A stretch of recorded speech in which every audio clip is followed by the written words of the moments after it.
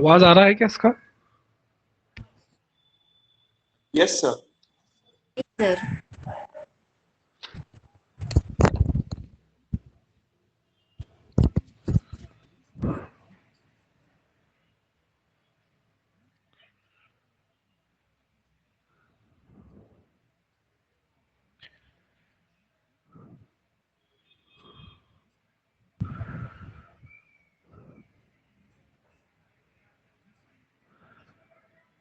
Sir video का आवाज नहीं आ रहा है।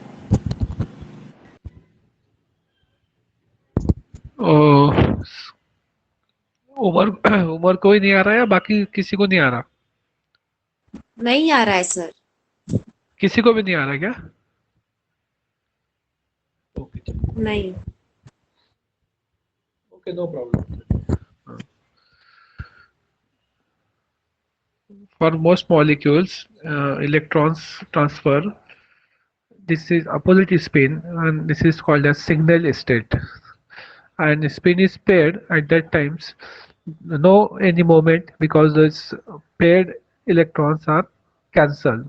But when the both electrons are having the parallel spin, at that times it shows the triplet state. When we study the energy profile diagrams and having different energy diagrams, okay, having different energy levels, at that times these electrons can be shifted to the different energy levels when it absorbs the UV radiations, and electrons from ground state to transfer to the higher energy states, okay, and different vibration levels are there, and when it loses the energy, okay, then it's transfer from the higher energy state to the lower energy states, okay, and for and then it when it's lose the energy from the higher energy state to the lower energy state, then come to the ground state. And this overall process of the absorptions and then the emission of energy from the higher energy state to the ground state, which is a takes the very less times to transfer our emission of the energy, okay, and this is time is 10 to the power minus 4. Then this is a transfer of the electrons from the higher energy state to the lower energy state, and it is called as fluorescence phenomena, okay. When atoms absorb the energy, okay, in the form of HV news, it jumps from the ground state to the higher the energy state, and when it absorb the energy, sometimes it's change its spin also, okay, and spin changes means if it is a singlet state transfer into the triplet state, okay, and when this loses the energy from the higher energy state, okay, sometimes it's shifted from the internal system crossings, okay, and internal system crossings it's transfer from the singlet state to triplet state and then triplet state to the ground states. So when the come to from the higher energy state, that is triplet state, to the ground state, at that times it loses the energy. And this losses of energy with again with along with the delayed release of the energies, okay. In the second diagrams it will take some times more times because it shifted from the singlet state to the triplet state. So at that time, shifting from singlet state to the triplet state, at that time what happened, this shifting of the electrons, okay, takes some times more times. This more times taken by the electrons, okay, it is called a delayed, okay, and delayed at that times it emit the energies, means delayed emission of the energies, and this is called as the phosphorescence. So these are two important concepts. One is the fluorescence and one is the phosphorescence. Fluorescence, directly electrons come from the higher energy state, from the singlet state to the ground state, but in case of the phosphorescence, electron first take the energy shifted to the higher energy state. From the higher energy state is crosses the intersystem crossing and converted into triplet state, and then from triplet state it come back to the ground state. At that time it takes some more times, means delayed emissions. Okay, and this delayed emission is called as the phosphorescence. Okay, both are the emissions. One is the fast emission, one is the delayed emission. Fast emissions from higher energy state to ground state is called as fluorescence, and delayed emissions from higher energy state to the ground state is called as the phosphorescence. So these two important concepts are there regarding this Jablonski diagram. Next part is the preparation and the reactions part is there. In that reaction part, two important reactions are there. One is the Norris type reactions, means Norris type first reaction and Norris type the second reaction. These two reactions are important in the photochemistry. Obviously, it is a part of the photochemistry, means it will undergo through the radical mechanisms. Okay, when it absorbs the photons of the higher energy, it breaks into the radical formations. So in case of the Norris types, first types of the reactions, cleavage of the ketones takes place, reactants taken as the ketones, and the cleavage takes place at two different temperatures. Here one is the at room temperature and another one is the at a high temperature. So in case of product are different. Okay, molecules absorbing the high photon energies. Okay, along with the photon energy we are given the temperature conditions also, so that what will be the effect on the reactant molecules.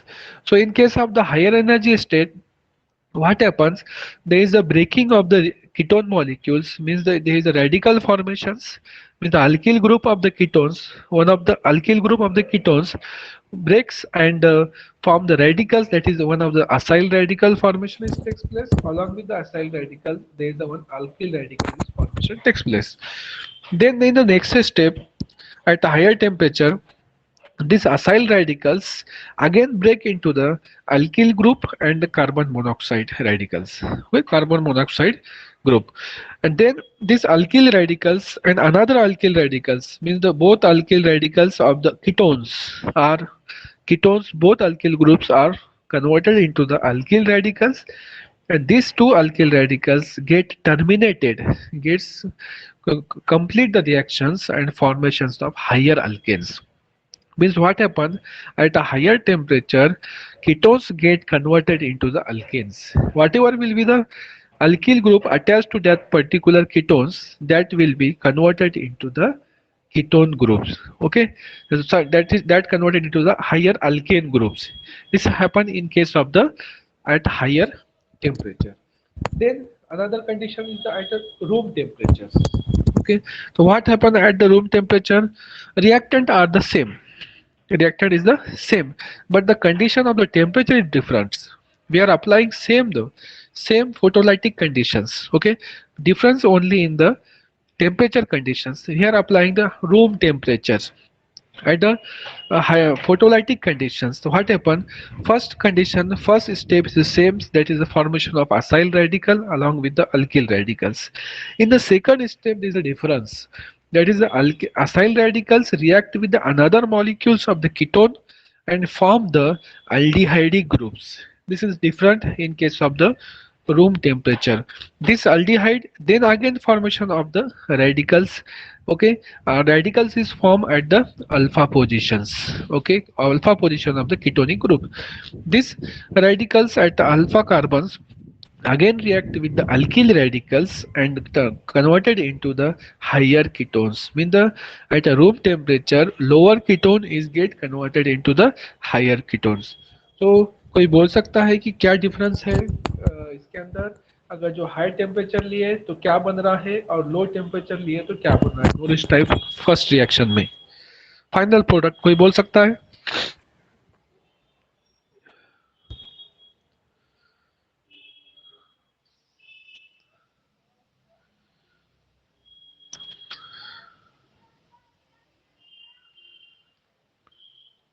अच्छा, मेरा आवाज आया ना, समझ में तो आया आपको? Yes sir.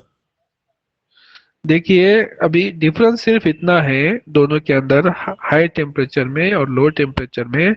हाई टेम्परेचर में आपका जो है कीटोन बन रहा है, okay, and at the low temperature आपका कीटोन का conversion, sorry, low temperature, high temperature पे आपका कीटोन का कन्वर्जन अल्केन में हो रहा है, और at the low temperature ketone का कन्वर्जन हायर कीटोन में हो रहा है। सिर्फ इतना डिफरेंस है। ओके, रेडिकल फॉर्मेशन तो सेम है, मीन्स इनिशिएशन, प्रोपोगेशन, लास्ट में टर्मिनेशन, ये तीन तो स्टेप हर किसी में होते हैं जब भी रेडिकल मैकेनिज्म फॉलो होता है तब।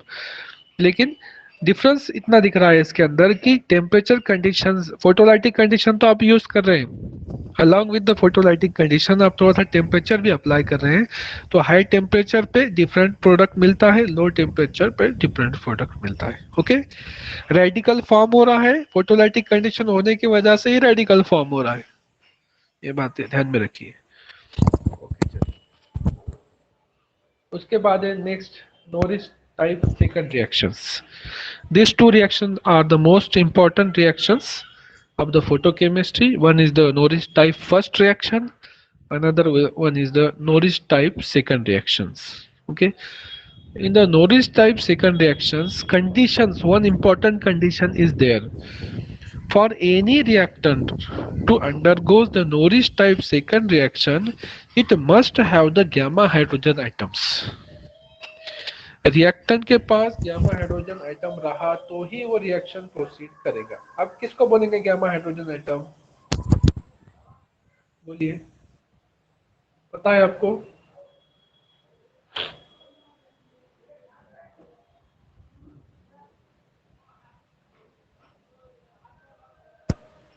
गामा हाइड्रोजन आइटम किसको बोलेंगे? अच्छा, अल्फा किसको बोलते हैं?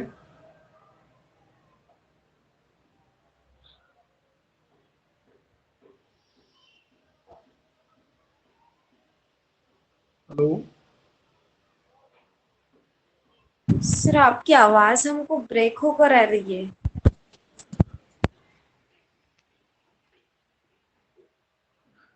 मैं ये पूछ रहा हूँ कि अल्फा हाइड्रोजन, बीटा हाइड्रोजन और गामा हाइड्रोजन किसको बोलते हैं? The hydrogen which is attached to alpha carbon atom is called alpha hydrogen. Which is हाँ, attached to beta is called beta hydrogen, and which is attached to gamma carbon is called as gamma hydrogen. Okay. अब alpha carbon किसको बोलेंगे? जो carbon adjacent है carbonyl carbon के, जो carbon adjacent है carbonyl carbon के, पहला adjacent carbon, first carbon to the carbonyl carbon. Okay, आवाज अभी आती है ना? हाँ सर, अभी आ रही है। हाँ, तो कार्बोनिल कार्बन को लगकर, कार्बोनिल कार्बन से करीब में पहला जो कार्बन होता है हम उसको अल्फा कार्बन बोलते हैं। अल्फा के बाद अगर जो नंबरिंग स्टार्ट करें हम तो बीटा हो जाएगा, फिर उसके बाद गामा हो जाएगा। ओके, तो हमको क्या देखना है? Alpha beta gamma, gamma position पे हाइड्रोजन होना चाहिए, तभी जाके वो क्या करेगा, तभी जाके वो जो है हमारे Norris type second reaction proceed करेंगे। अब देखिए एग्जांपल, ये यहाँ पर अल्फा बीटा गामा, ये ऑलरेडी वो जो है मॉलिक्यूल के स्ट्रक्चर पे मेंशन है, और गामा पोजीशन पे हाइड्रोजन दिख रहा है, आपको दिख रहा है हाइड्रोजन। तो ये हाइड्रोजन होना बहुत जरूरी है, किसके लिए? अगर जो आपको नॉरिस टाइप सेकंड रिएक्शन करना है तो, यानी रिएक्टेंट मॉलिक्यूल इस तरह का होगा तभी नॉरिस टाइप सेकंड रिएक्शन होंगी, otherwise Norris type second reaction नहीं होगी, कि तो उसका पूरा मैकेनिज्म जो है वो बेस है गामा हाइड्रोजन के ऊपर। ओके, तो अब क्या होगा देखिए, अब गामा हाइड्रोजन का रेडिकल मैकेनिज्म से रिएक्शन, रेडिकल मैकेनिज्म से प्रोसीड होंगी। ओके, रेडिकल मैकेनिज्म से प्रोसीड हुई, सबसे पहले रेडिकल फॉर्म हो रहा है कहाँ पे? गामा पोजीशन पे जो हाइड्रोजन है वहां पर एक गामा हाइड्रोजन जो है वो रेडिकल फॉर्म कर रहा है along with the gamma carbon. Okay, तो आपको यहाँ पे दिखेगा गामा कार्बन भी दिखेगा और along with the gamma hydrogen भी दिखेगा आपको। अब देखिए आपको समझने के लिए, यहाँ पर देखिए ये स्ट्रक्चर दिख रहा है आपको। इस स्ट्रक्चर के अंदर ये देखो, यहाँ पर एक रेडिकल फॉर्म हुआ है। पहले यहाँ पर देखिए, यहाँ पे रेडिकल फॉर्म हो रहा है। कहाँ पे रेडिकल फॉर्म हो रहा है?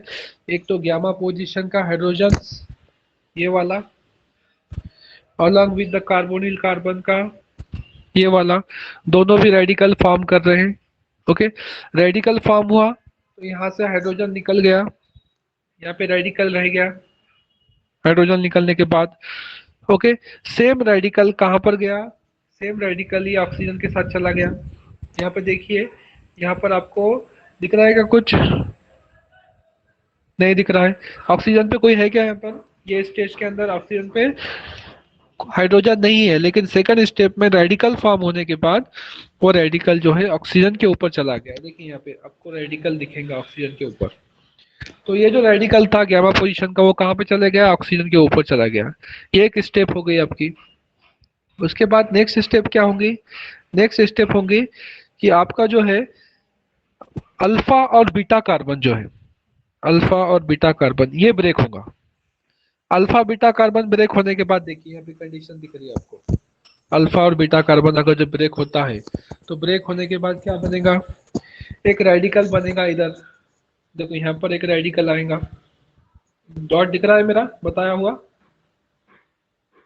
देखिए यहाँ पर एक रेडिकल फॉर्म होगा। ओके, ये रेडिकल ऑलरेडी यहाँ पर एक रेडिकल है, ये रेडिकल, ये दोनों रेडिकल क्या हो जाएंगे, कंबाइन हो जाएंगे। ये रेडिकल यहाँ पे बना हुआ और ये रेडिकल कंबाइन होने के बाद यहाँ पर आपको अल्कीन मिल गया, मिला अल्कीन। उसके बाद एट द सेम टाइम यहाँ पर एक रेडिकल ऑलरेडी है, कहाँ पर, ये रेडिकल ऑलरेडी है, यहाँ पर एक रेडिकल है। ये बॉन्ड यहाँ पर शिफ्ट होने के बाद यहाँ पर भी एक रेडिकल फॉर्म हो रहा है। ये दो रेडिकल अगर जो कंबाइन हो गए, ये रेडिकल कंबाइन हो गए, ये रेडिकल कंबाइन हो गए, तो यहाँ पर ऑलरेडी एक सिंगल बॉन्ड था, दूसरा डबल बॉन्ड तैयार हो जाएगा। ओके, लेकिन ये कौन सा स्ट्रक्चर हो गया, alpha beta unsaturated alcohol. Okay, एक तो प्रोडक्ट मिल गया आपको अल्कीन, यानी नॉरिस टाइप सेकंड रिएक्शन करने के बाद आपको अल्कीन मिला है, साथ में एक इनऑल मिला है, इनऑल, इन alkyne structure with all. इनऑल structure stable नहीं होता है, तो वो कन्वर्ट होके क्या बनेगा, वो कन्वर्ट हो जाएगा, कन्वर्ट होके कीटोन बनेगा। ओके, तो कीटोन किस तरह से बनेगा, देखिए यहाँ पर कीटोन बन गया। ओके, यहाँ पे कीटोन का स्ट्रक्चर बन गया। तो इस तरह से ये स्ट्रक्चर आपको यहाँ पर दिखेंगे। 1 मिनट, ये स्क्रीन थोड़ा सा साफ कर लेता हूँ मैं।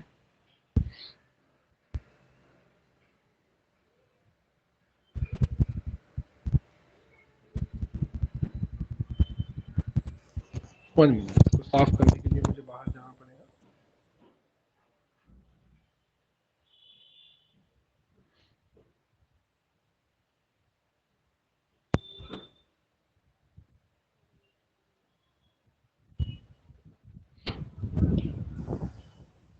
तो यहाँ पर समझ में आया, सिंपल स्टेप है रेडिकल फॉर्मेशन की। अब यहाँ पे किसी को दिक्कत है, रेडिकल कैसा शिफ्ट हुआ, सबसे पहले हमने गैमा पोजीशन का रेडिकल फॉर्म किए, उसके बाद कार्बोनिल कार्बन का रेडिकल फॉर्म किए। ओके, उसके बाद अल्फा बीटा पोजीशन का जो है बॉन्ड था उसको ब्रेक करके वहां पे रेडिकल फॉर्म किए। अल्फा बीटा स्टेट का जो रेडिकल था वो अल्कीन बना दिया, इधर इनॉल बना दिया। अब इनॉल का कन्वर्जन देखिए, कीटो इनॉल ट्यूटोमेरिज्म का कंसेप्ट चलता है। कीटो इनॉल ट्यूटोमेरिज्म का कंसेप्ट कैसा होता है, देखिए कि अगर जो आपके पास स्ट्रक्चर इस तरह से है, R group O H, okay, ये तो ये जो बॉन्ड है यहाँ पे शिफ्ट होता है, यहाँ पे शिफ्ट होने के बाद ये जो अल्कोहल था उसका कन्वर्जन काय में हो जाएगा, कार्बोनिल कार्बन के अंदर हो जाएगा, और ये जो बॉन्ड है यहाँ पर शिफ्ट होगा, यहाँ पे नेगेटिव चार्ज आ गया, ये क्या करेगा, हाइड्रोजन ले लेगा। तो आपका स्ट्रक्चर क्या बनेगा, इस तरह से ऑक्सीजन डबल बॉन्ड बन गया, यहाँ पे आर ग्रुप रह गया, और इधर जो है यहाँ पे CH3 बन गया। तो इस तरह से कीटो इनॉल ट्यूटोमेरिज्म, हमने इससे पहले मैंने आपको बताया भी शायद कि कीटो इनॉल ट्यूटोमेरिज्म का कंसेप्ट किस तरह से काम करता है। कीटो इनॉल ट्यूटोमेरिज्म का कंसेप्ट होता है, उसमें क्या होता है, इनॉल का कन्वर्जन क्या होता है, कीटो में होता है, कीटो इनॉल, कीटोन का कन्वर्जन इनॉल में होता है, इस तरह से कन्वर्जन। तो हमको दो प्रोडक्ट मिले, नॉरिस टाइप सेकंड रिएक्शन देखिए, it is given by the compound containing क्या है, gamma hydrogen atoms and they undergoes the intermolecular gamma hydrogen transfer and undergo the photolytic condition to give the radicals and biradicals give the alkenes. तो आपका final product क्या है? Alkyne along with the ketones. समझ में आया? Simple reaction है, practice करेंगे तो आपके समझ में आ जाएगा. रेडिकल मैकेनिज्म में प्रैक्टिस से समझ में आ जाता है कि रेडिकल्स कहाँ बनाने हैं आपको. ओके, जो यहाँ पे मैकेनिज्म दिया हुआ है वही मैकेनिज्म को आपको बार बार लिख कर देखना है, वही मैकेनिज्म से रिएक्शन होती है. इसी को इसलिए उसको नॉरिस टाइप सेकंड रिएक्शन बोलते हैं. आर की जगह पे आप कोई भी ग्रुप ले सकते हैं. ओके, लेकिन मेन जो स्केलेटन रहेगा वो यही रहेगा कि इसको गैमा हाइड्रोजन एटम होना चाहिए. ओके, तो क्या समझ में आया आपको? नॉरिस टाइप सेकंड रिएक्शंस हमने दो टेम्परेचर पे ली, high temperature, low temperature. Okay, नॉरिस टाइप सेकंड रिएक्शंस का टेम्परेचर की कंडीशन नहीं है, लेकिन कंडीशन यहाँ पर क्या है? गैमा हाइड्रोजन की कंडीशन है. उसके बाद नेक्स्ट है प्रिपरेशन ऑफ बेंजोफेनॉन टू बेंजपिनेकॉल. बेंजोफेनॉन देखिए रिएक्टेंट का जो स्ट्रक्चर है उसको बेंजोफेनॉन बोल रहे हैं. ओके, अब बेंजपिनेकॉल में दो अल्कोहलिक ग्रुप आ रहे हैं. पिनेकॉल टाइप का रिएक्शंस हमको रिएक्शन भी है आगे चलकर. तो बेंजोफेनॉन कीटोन का कन्वर्जन बेंजपिनेकॉल ऑल अल्कोहल में हो रहा है. तो ये रिएक्शंस भी रेडिकल मैकेनिज्म से जा रही है. ओके, फोटोलाइटिक कंडीशन में रिएक्शन हो रही है. तो यहाँ पे देखिए HNO 330 नैनोमीटर्स, ये जो लाइट है उसकी वेवलेंथ कितनी है? 330 नैनोमीटर. और यहाँ पे आइसोप्रोपिल अल्कोहल यहाँ पर क्या बोलकर यूज कर रहे हैं हम लोग? आइसोप्रोपिल अल्कोहल यहाँ पर फोटोसेंसिटाइजर बोलकर यूज हो रहा है, यानी उसको रिएक्शन को इनिशिएट करने का काम कर रहा है. तो रिएक्शन में क्या हो गया देखिए, पहले स्टेप के अंदर बेंजफेनॉन जो था, बेंजफेनॉल का कार्बोनिल कार्बन पहले रेडिकल फॉर्म करता है along with the isopropyl alcohol. Isopropyl alcohol भी रेडिकल फॉर्म कर रहा है, बेंजोफेनॉन भी रेडिकल फॉर्म कर रहा है. तो यहाँ पे रेडिकल फॉर्म होने के बाद जो बेंजोफेनॉन है वो हाइड्रोजन लेता है बेंजफेनॉल इसका पास से, आइसोप्रोपिल अल्कोहल के पास से रेडिकल फॉर्म करता है. तो दो मॉलिक्यूल्स ऑफ बेंजोफेनॉन जो कि कन्वर्ट हुए किसमें? अल्कोहलिक ग्रुप में, OH ग्रुप में, वो कंबाइन हो जाएंगे. और कंबाइन होने के बाद आपको जो स्ट्रक्चर मिलेगा, ओके, वो आपका रहेगा बेंजफेनॉल. ओके, एंड लास्ट में OL ग्रुप आपका यहाँ पे फाइनल कन्वर्जन बनेगा. तो 3 स्टेप में रिएक्शन हो रही है. पहले स्टेप में आप रेडिकल फॉर्म कर रहे हैं ऑक्सीजन के ऊपर, ओके, और एक रेडिकल फॉर्म कर रहे हैं कार्बन के ऊपर. सेकंड स्टेप में क्या कर रहे हैं? वापस से एक मॉलिक्यूल ले रहे हैं बेंजोफेनॉन का along with the one molecules of radicals form at the oxygen atoms. Okay, अब इसके कंबाइन हुआ तो ये वापस से क्या करेगा? कन्वर्जन करेगा, एक रेडिकल प्रोवाइड करेगा, हाइड्रोजन रेडिकल्स जो ऑक्सीजन पे अटैच होगा, और वापस से कार्बन पे एक रेडिकल फॉर्म होगा. along with the same conditions you will get the carbonyl carbon, that is the acetone मिलेगा आपको. सिंपल कंडीशन में क्या होगा? कन्वर्जन उसका एसीटोन में कन्वर्जन होगा. एसीटोन आपको कहाँ से मिला? आइसोप्रोपिल अल्कोहल का कन्वर्जन एसीटोन में हुआ है. और बेंजोफेनॉन का कन्वर्जन बेंजोफेनॉन रेडिकल में हो रहा है. ओके, एंड लास्ट स्टेप में देखिए बेंजोफेनॉन का जो था वो अल्कोहल में कन्वर्ट हुआ और दो रेडिकल मिले हमको. दो रेडिकल कैसे मिले हैं? जो कार्बोनिल कार्बन था वो कार्बोनिल कार्बन पे रेडिकल फॉर्म हुआ है. तो दो कार्बोनिल कार्बन के रेडिकल्स कंबाइन होकर हमको बेंजोफेनोकॉल ये फाइनल स्ट्रक्चर मिला है. वेरी सिंपल है. अभी आपको हो सकता है समझ में नहीं आ रहा है, लेकिन आप जब लिख कर देखेंगे, गारंटी के साथ बोलता हूं मैं आपका, अगर जो 2 से 3 टाइम आप लिखेंगे रिएक्शन को बार बार, तो आपको क्लियर कट समझ में आ जाएगा कि रेडिकल कैसे फॉर्म हो रहे हैं, कैसे जुड़ रहे हैं. प्रैक्टिस पे ही समझ में आएगा. उसके बाद लास्ट वाला है फोटोकेमिकल रीअरेंजमेंट ऑफ 1,4-डाइइन. अब ये जो स्ट्रक्चर है यहाँ पे भी देखिए फोटोलाइटिक कंडीशन अप्लाई कर रहे हैं. ओके, अब ये फोटोलाइटिक कंडीशन किस तरह से हो रही है देखिए. यहाँ पे रेडिकल, पहले तो ये जो स्ट्रक्चर है उसको स्ट्रक्चर का नाम क्या है? 3,3-डाइमेथिल 1,4-पेंटाडाइन. ये स्ट्रक्चर रेडिकल फॉर्म कर रहा है. रेडिकल किस तरह से फॉर्म हो रहे हैं यहाँ पे दिख रहा है आपको. रेडिकल किस तरह से फॉर्म हो रहे हैं तो देखिए यहाँ पे रेडिकल फॉर्म हो रहा है. ओके, ये जो 2 बॉन्ड थे, ये जो डबल बॉन्ड, इसको पूरे को ब्रेक करके यहाँ पे रेडिकल फॉर्म किए. अब रेडिकल फॉर्म करके क्या हो रहा है? नेक्स्ट स्टेप में यहाँ से ये रेडिकल जुड़ रहा है, ये रेडिकल जुड़ गया है. तो ये रेडिकल जोड़ने के बाद क्या होगा, फिर आपको जो स्ट्रक्चर मिलेगा फाइनल, तो ये रेडिकल को आप जोड़ेंगे, जोड़ने के बाद ये स्ट्रक्चर मिलेगा आपको। ओके, अब ये जो स्ट्रक्चर मिला है आपको, इसके अंदर बाद में वापस से यहाँ से रेडिकल फॉर्म कर रहे हैं, ये ब्रेक कर रहे हैं। ओके, तो ब्रेक करने के बाद आपको फिर वापस से नेक्स्ट स्टेप में ये प्रोडक्ट मिलेगा। ओके, वापस से रेडिकल फॉर्म कर रहे हैं आप। रेडिकल फॉर्म करने के बाद देखिए, ये यहाँ पे एक रेडिकल फॉर्म हो गया, एक यहाँ पर रेडिकल फॉर्म हो गया, ऑलरेडी यहाँ पे रेडिकल था, तो ये दो रेडिकल्स यहाँ पे जुड़ जाएंगे। जुड़ने के बाद ये आपको स्ट्रक्चर इस तरह से, और ये दोनों जुड़ जाएंगे, ये दोनों यहाँ पे अल्कीन फॉर्म होगा और यहाँ पे साइक्लोप्रोपिन रिंग फॉर्म होगा। तो इस तरह से ये रिएक्शन होंगी। इसका ओनली वन की क्या है, प्रैक्टिस अगर जो करेंगे आप, तो ये रेडिकल फॉर्मेशन आपको आसानी से समझ में आएगा। आप 2 से 3 मरतबा प्रैक्टिस करो, और फिर भी नहीं समझ में आया तो मेरे को नेक्स्ट लेक्चर में बोलो, मैं और एक बार इसको समझाने की कोशिश करेंगे।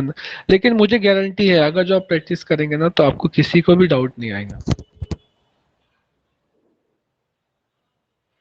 ओके, तो इस तरह से आज का पार्ट हुआ है। आप एक मरतबा इसकी प्रैक्टिस करो, तो प्रैक्टिस अगर जो